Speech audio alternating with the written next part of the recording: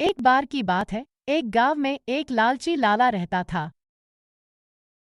वह अपने गांव का सबसे अमीर आदमी था, लेकिन उसे कभी भी खुशी नहीं मिलती थी।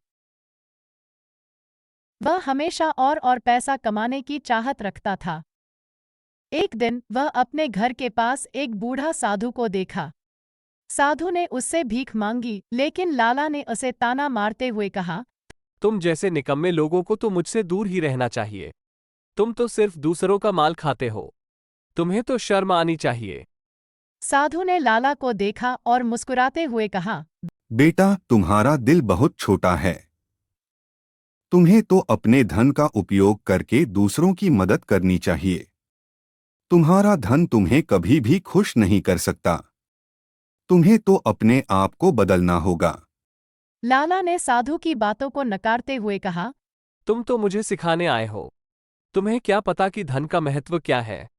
तुम तो बस एक भिखारी हो। तुम्हारे पास तो कुछ भी नहीं है।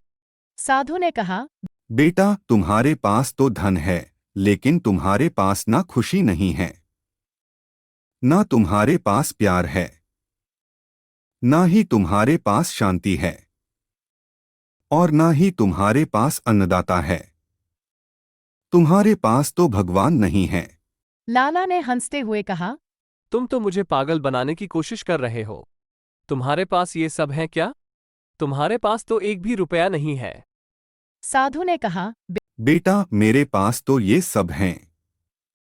मेरे पास सब कुछ है। मेरा पास जो भी है, मैं खुश हूँ। मुझे तो प्यार मिलता है, मुझे भी शांति मिलती है, और मुझे भी अन्नदाता मिलता है, मुझे तो भगवान मिलता है।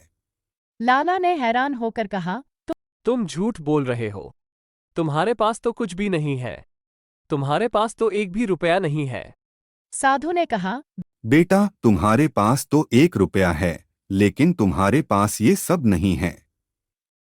तुम्हारे पास ना खुशी है, ना ही तुम्हारे पास तो प्यार है, और ना ही तुम्हारे पास शांति है। पैसा ही सब कुछ नहीं होता। तुम अपने दिल में झांको और बताओ, अगर तुम्हारे पास मन की शांति हो तो। लाला ने सोचा कि शायद साधु सही कह रहा है। उसने अपने आप से पूछा, क्या मुझे वास्तव में खुशी मिलती है? क्या मुझे वास्तव में प्यार मिलता है? क्या मुझे वास्तव में शांति मिलती है? क्या मुझे वास्तव में अन्नदाता मिलता है? क्या मुझे वास्तव में भगवान मिलता है? लाला ने अपने दिल की आवाज़ सुनी और उसने जाना कि वह बहुत गलत था। उसने समझा कि उसका धन उसे कुछ भी नहीं दे सकता। उसने साधु को खेद के साथ कहा, माफ कीजिए, मैं आपकी बातों का महत्व नहीं समझा था। मुझे अब पता चला कि धन से ज्यादा अन्य चीजें महत्वपूर्ण हैं। मुझे आपकी भीख स्वीकार करनी चाहिए थी। साधु ने दया करते हुए कहा, बेटा, तुम्हारी भूल माफ है। तुम अभी भी अपने जीवन को बदल सकते हो। तुम्हें अपने धन का उपयोग करके गरीबों और जरूरतमंदों की मदद करनी चाहिए। तुम्हें अपने परिवार और दोस्तों से प्यार और सम्मान करना चाहिए। तुम्हें अपने मन को शांत रखने के लिए भगवान का स्मरण करना चाहिए। तभी तुम्हें सच्ची खुशी मिलेगी।